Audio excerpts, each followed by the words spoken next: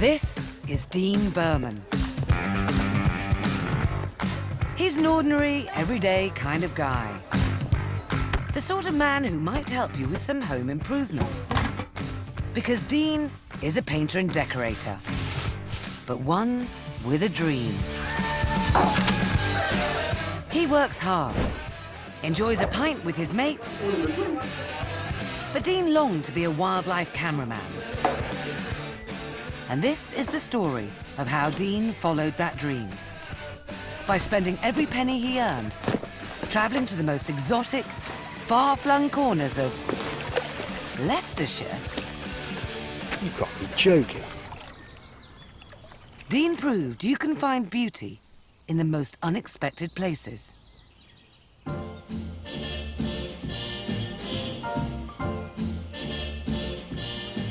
This is Stony Cove, a flooded quarry in the Midlands, about as far away from the sea as you can get.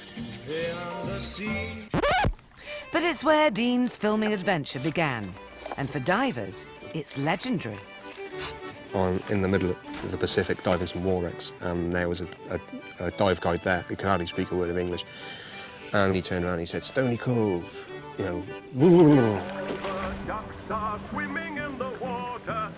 It seemed an unlikely place to begin a career in wildlife filmmaking, and there were days when even Dean had his doubts. To think you have to jump into a really cold quarry, but you know what's there, and the passion and that takes over. And then you jump in the water and get the ice cream headache, and then the passion drifts away for a little bit, and then you start to warm up, and then it comes back. But to be honest, it's all a little adventure. I do like the place.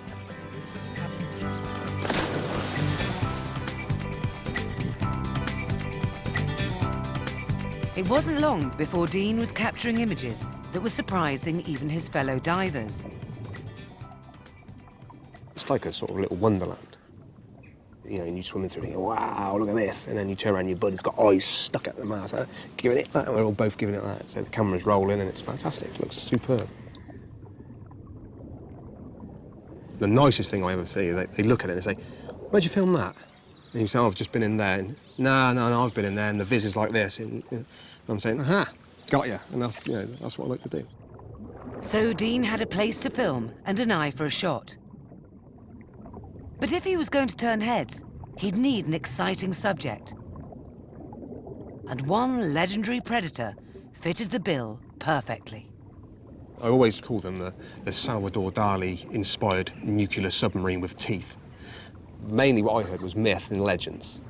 One of the best ones is that there's a horse that used to sort of like drink from the river, and this huge pike would come and cover the snout and drag it in the water. Now you imagine that on film, fantastic. That was a pity, none of that was true.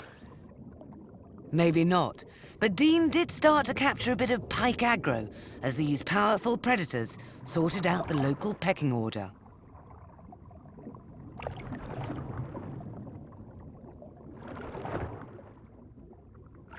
But the pike weren't the only residents of the quarry to catch his eye.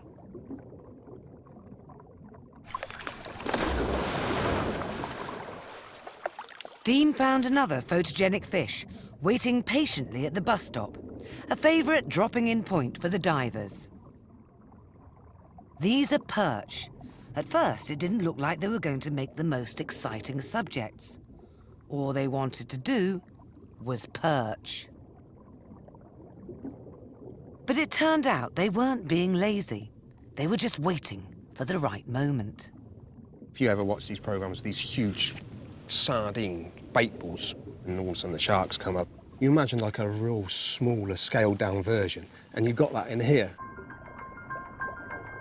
You could see this massive, great big school of these roach fry, and all of a sudden they're like moving in mass, and I think, oh, that's usually a sign of a predator.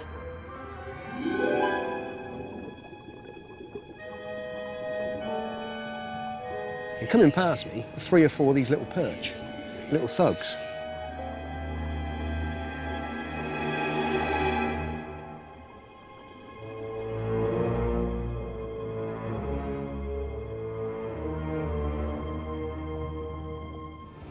You can see them all sort of like racing up towards it in this big throng of fish.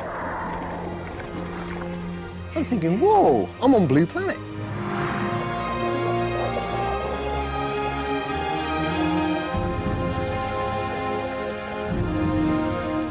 shower of fish scales was all that was left of their prey. But Dean discovered these pack hunters were far from invincible. One little sequence I got, there's this mass of eggs hanging over this branch, and you could see it moving. And I look under, and this crayfish comes out.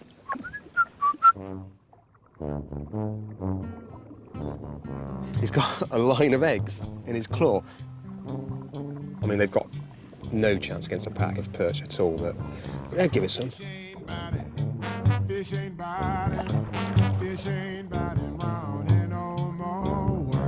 The crayfish would be going on his little way, and then he'd look up, and it's like, you know, come on then, see what you got.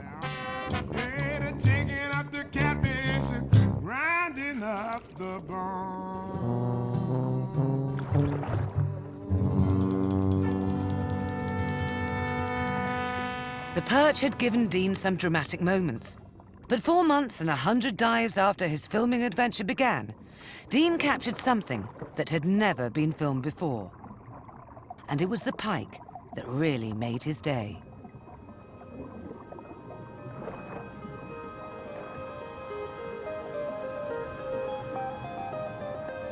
And we see every few metres a male pikehead stuck out the reeds.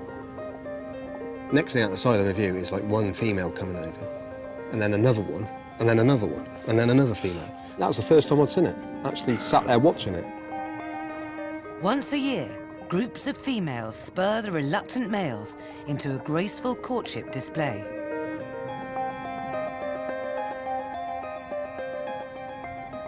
From a so-called ferocious killer to watching them perform these underwater poetic ballets, you know, fantastic.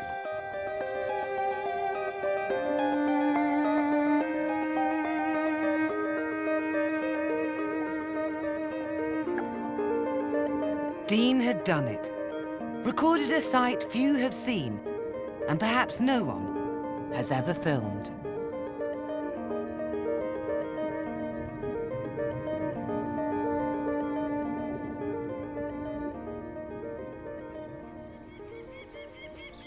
But Dean isn't about to stop there. I mean, if you've got a passion for anything, yeah, follow it. You know, don't sit around talking about it. Don't sit in the pub boasting about it. Get out there and do it. As long as I'm enjoying it and I'm loving it, then I'll be happy. And I'm enjoying it and I'm loving it. So I'm happy. Dean just goes to show that with a little passion, anyone can uncover the beauty of the natural world. Even in a hole in the ground in Leicestershire.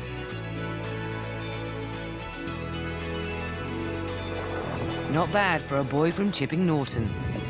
Yeah, a multi-award-winning filmmaker, stroke painter and decorator from the Cotswolds. I think I'll have that on a card.